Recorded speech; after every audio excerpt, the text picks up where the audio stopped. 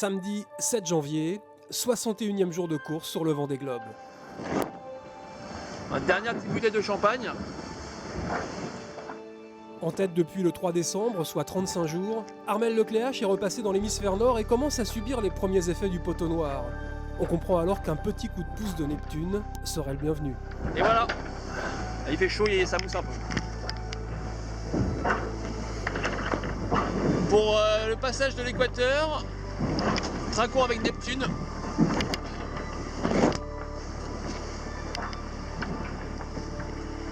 Ah, il a un peu chaud. La dernière fois qu'on était passé là, c'était le 16 novembre dernier. Donc ça fait du bien, ça marque voilà, la dernière ligne droite vers les Sables d'Olonne. Mais la météo n'est pas simple jusque-là. Et on va déjà essayer de sortir du poteau noir. On a eu pas mal d'orages cette nuit, des gros grains, beaucoup de pluie. Et là c'est bien couvert, bon c'est un peu plus calme mais voilà, il y a un petit peu de vent quand même heureusement. Alors qu'il en possédait 800 au Cap Horn, Armel n'a plus que 145 000 d'avance sur Alex Thomson. Le Gallois, lui aussi de retour dans l'Atlantique Nord, doit composer de la même manière avec la pluie, les grains et la pétole, mais comme à l'aller. Il semble plus en réussite dans cette zone météorologique instable. Je peux dire que les conditions sont idylliques, ça va assez vite, c'est un peu irrégulier mais ça se passe pas trop mal. Toujours en appui sur le foil comme vous pouvez le voir ici. Pour l'instant, le routage annonce 11 à 12 jours pour rejoindre les Sables d'Olonne et j'espère que je vais avoir l'occasion de combler mon retard. Avec un peu de chance, Armel sera sûrement ralenti et je vais continuer à aller vite. On croise les doigts, je me dépense sans compter et on verra bien ce qui se passe. Le Pacifique Sud, lui aussi, a des allures de poteau noir, notamment pour un petit groupe de concurrents à proximité du point Nemo, l'endroit le plus isolé de la planète, à 2700 km de la première Terre. À bord d'Amicali, on est par 52 Sud et on se croirait dans des alizés faibles. Donc voilà, c'est plutôt sympa, mais voilà le plan.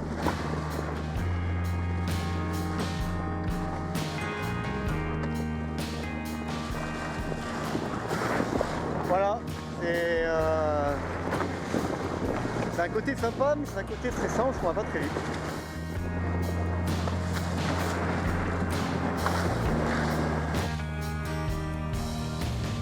C'est une vraie guerre des nerfs là, on a une barrière anticyclonique devant nous. La zone d'exclusion antarctique, la ZEA, nous empêche bien évidemment de descendre au sud pour la contourner, donc en fait on est obligé de la traverser et elle se déplace avec nous finalement vers l'est, cette bulle anticyclonique, donc c'est assez pénible. Et donc voilà, c'est vrai qu'après c'est des conditions magiques hein, parce que la mer est plate, il fait beau, on voit la lumière dans notre tribord de la banquise qui reflète le soleil dans la nuit, c'est absolument incroyable. Mais du point de vue de la course, c'est quand même un peu l'enfer. Je préfère finalement quand il y a 35 nœuds dans une dépression. Des conditions quasi estivales, parfaitement adaptées à la pratique du cerf-volant, sur lequel Fabrice Amédéo a eu la bonne idée de fixer une petite caméra. Il nous reste Matmut par 50 degrés sud qui déboule sur mer plate. On se croirait en été vers le Cap Horn. C'est magique. Wouh!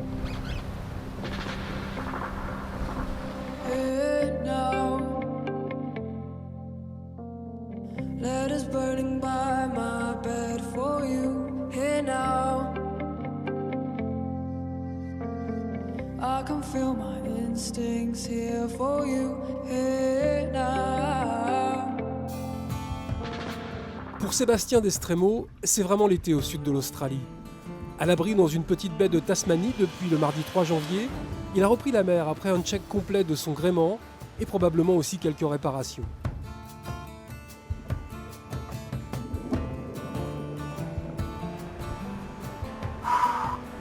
On est reparti, ça y est, on est de nouveau. On est de nouveau en course. C'est top. On a réussi à quitter la baie de Port-Espérance ce matin très tôt avec un petit filet d'air qui nous a juste aidé à sortir et passer la passe. Donc vraiment très très très heureux. On refait route vers les Sables d'Olonne. Un peu plus de 2 mois après le départ donc, un concurrent entre tout juste dans l'océan Pacifique, pendant que d'autres ont déjà rebasculé dans l'Atlantique Nord. Au milieu d'une flotte de 18 bateaux toujours valides et tirés sur près de 17 000 km, il y a Nandorfa, dont la discrétion n'a d'égal que la ténacité. Le sexagénaire venu de Hongrie participe à son 3e Vendée Globe et le 9 janvier, ça n'est rien moins qu'un 5e passage de Cap Horn dont il peut s'enorgueillir.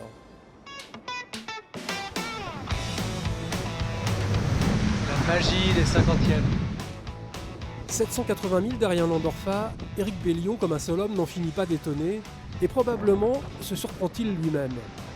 9e au classement, il est en train de réaliser une deuxième moitié de parcours assez bluffante, et de nous expliquer qu'il y a un épisode dans la course où il a basculé non pas du côté obscur, mais plutôt du côté lumineux de la force. Jusqu'au mer du Sud, j'étais assez crispé et je naviguais pas à ma façon. Et il y a un moment où il y a eu une grosse dépression dans l'Indien et j'ai décidé d'aller la chercher, alors que tous mes compagnons restaient dans le Sud, et j'ai décidé de faire plein nord pour aller chercher cette dépression.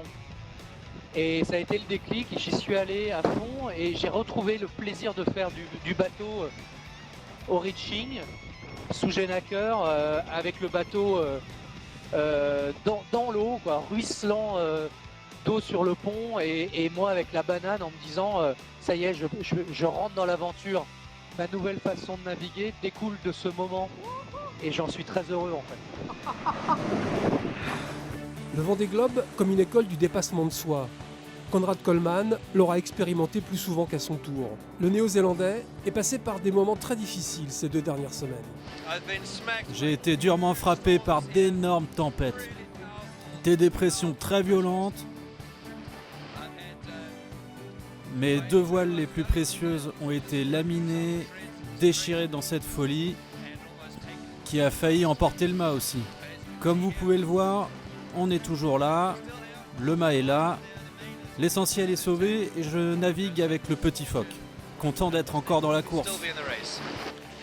Dans la course, Jérémy Bayou s'est sûrement demandé s'il allait y rester après toutes les galères qu'il a vécues.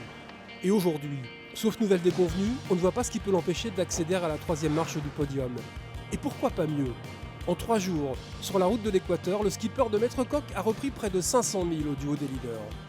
La nuit a été compliquée au-dessus de moi, j'ai vu bourgeonner des nuages de partout. Et puis pour finir par m'arrêter, là il y a quelques heures, complètement, j'avais plus tout le vent, donc passage pas très cool, ouais. Maintenant, effectivement, j'espère que c'est qu'une ligne de terrain, c'est pas le poteau noir qui est en train de se mettre là et de monter avec moi. Si le poteau noir passe bien pour moi, voilà, il peut se passer des choses après sur la remontée, il y a encore de la distance. Une chose est sûre, en tête de course, on redoute que ce poteau noir très étendu tourne à la loterie. Ça n'est pas de la super navigation en ce moment. La nuit dernière a été horrible. J'ai eu 2 nœuds de vent la plupart du temps. Aujourd'hui, ça va à peu près. J'espère que les prochaines 24 heures seront moins pénibles que ce qui est annoncé dans la prévision. Allez, on croise les doigts. Il n'y a rien de simple. Là, on est vraiment dans une situation vraiment anormale. C'est assez étonnant. Ça va être un peu la limite de mes compétences météo. Mais bon, quoi. C'est plus mentalement que ouais, les choses ne sont pas faciles à dire toujours. C'est pas un peu trop Alex. C'est un peu dur à avaler. Mais c'est comme ça. C'est clair, dans l'esprit d'Armel Lecléache, le doute s'installe. Qui plus est, quand il voit revenir Alex Thompson à 67 000 de son tableau arrière, et des simulations à une semaine d'un Jean Le Cam amusé ne sont sûrement pas de nature à le rassurer. Là, j'ai fait un routage sur l'arrivée, là. Autant là, quand les premiers arrivent, il y a une instabilité incroyable, enfin, il y a un bazar pas possible. Autant nous, ça a l'air de s'éclaircir. Donc, les portes s'ouvrent devant nous. Donc, on va pas être négatif alors qu'on peut être positif. Donc, voilà. Jean Le Cam navigue bord à bord avec Yann Eliès depuis un mois lorsqu'ils se sont rejoints au sud de la Tasmanie. L'enjeu entre ces deux-là ? Être le premier des IMOCA à dérive droite au Sable d'Olonne, et l'un comme l'autre ne lâche rien. Il y en a un peu partout, ils sont gros mais ils avancent pas les gros patapouf. Donc faut essayer de slalomer entre. Dans la première manche, je me suis pris pour peintureau, j'ai réussi à slalomer correct entre les grains. Et puis malheureusement, à un moment donné, il a fallu que j'aille me coucher. Et je me suis réveillé dans un grain. Donc voilà, je me suis arrêté pendant 1 heure là, dans celui qui est sous le vent. Donc la deuxième manche va être moins bonne. Mais bon. Pendant plusieurs semaines, les deux inséparables ont mené la vie dure à Jean-Pierre Dick avant que celui-ci ne tente une option dans l'Ouest dont il a fini par récolter les fruits. Wait and see bien sûr, mais le bateau glisse bien, plutôt plus vite que mes deux concurrents Yann et Jean qui sont à mon vent, donc tout a l'air de bien se passer pour l'instant. Jean-Pierre Dick, 4e au classement, ça signifie aussi que 4 foilers occupent les 4 premières places. Vu comme ça, c'est un constat qui plaide en faveur de l'innovation technique la plus marquante de ce Vendée Globe.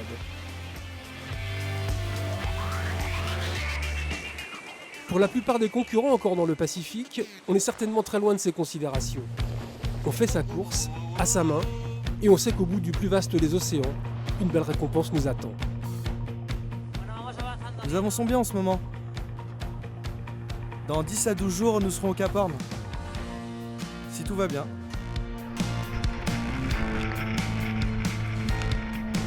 On est enfin bien reparti là, toujours dans l'anticyclone, à l'assaut du Cap Horn. Et ça c'est quand même un truc de malade. Voilà, on sera au Cap Horn dimanche dans la journée, ou dimanche soir. Et ça commence à devenir très très excitant. Ça c'est nous, et ça c'est le Horn. On vient de le passer. Je vous montre sur la carte parce que moi je le vois, mais je sais pas si vous allez le voir. Il est là-bas, vous voyez, Cap Horn. Quelle aventure. Voilà, vive le Cap Horn. Allez, salut. Le skipper de Comme un seul homme est le premier bisu du 8e Vendée Globe à doubler le cap mythique, imité quelques heures plus tard par un autre bisu, Konrad Coleman.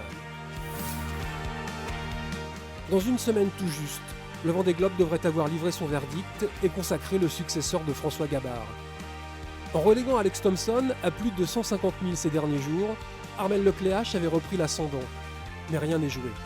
À la moindre occasion, le Britannique est prêt à fondre sur sa proie. Hello everyone, well this is my bird friend who is the flying fish hunter. Here he goes, he's going to dive down to a flying fish. Go on, son, go on. It's like a bird of prey. Ooh.